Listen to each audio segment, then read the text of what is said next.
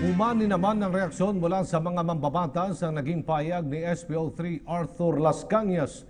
Kasabay nito ang pag-imok ni Senador Win Gatchalian sa Department of Justice na kasuhan ng perjury si Las Cañas. Si Jervis Manahan sa detalye. Hindi raw pwedeng ipa-impeach ang isang pangulo base sa mga nagawa niya bago siya maupo sa pwesto. Yan ang paniwala ni Angkla Party List Congressman Jess Manalo. Impeach someone for an offense that is not related to his office.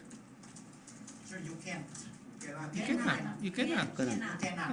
Sinabi niya ito matapos ang isang press conference ni SPO3 Arthur Las Cañas sa Senado na pinatotohanan ang mga sinabi ng hitman na si Edgar Matabato tungkol sa Davao Death Squad. Dumalo si Las Cañas sa mga pagdinig ng Senado noon kaugnay ng umano'y Davao Death Squad. Nauna niyang sinabi na hindi ito totoo pero binawi niya ang kanyang mga sinabi noon.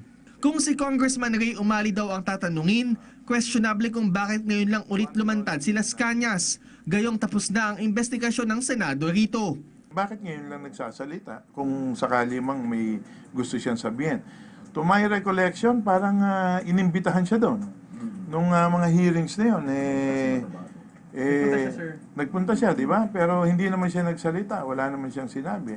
Git naman ni Abang Lingkod Party List Congressman Joseph Stephen Paduano, dapat napatunayan sa korte ang mga sinasabi ni Las Cañas. I think that it's all an allegation and they should prove it in the court, proper court.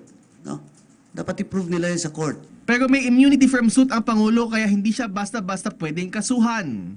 Pwede raw mag-file ng impeachment complaint si Las Cañas sa Kongreso.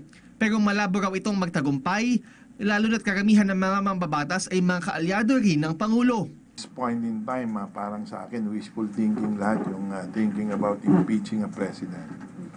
Never happened. Para naman kay Akbayan Party List Congressman Tom Villarin, hindi dapat basta-basta baliwalain ang mga sinabi ni SPO3 Las Cañas at dapat dinggin sa tamang lugar. Hinimok naman ni Senator Sherwin Gatchalian ang Department of Justice. Nakasuhan ng perjury si Las Cañas matapos niya umanong magsinungaling sa mga naunang pagdinig ng Senado. Para sa PTV News, Jervis Manahan.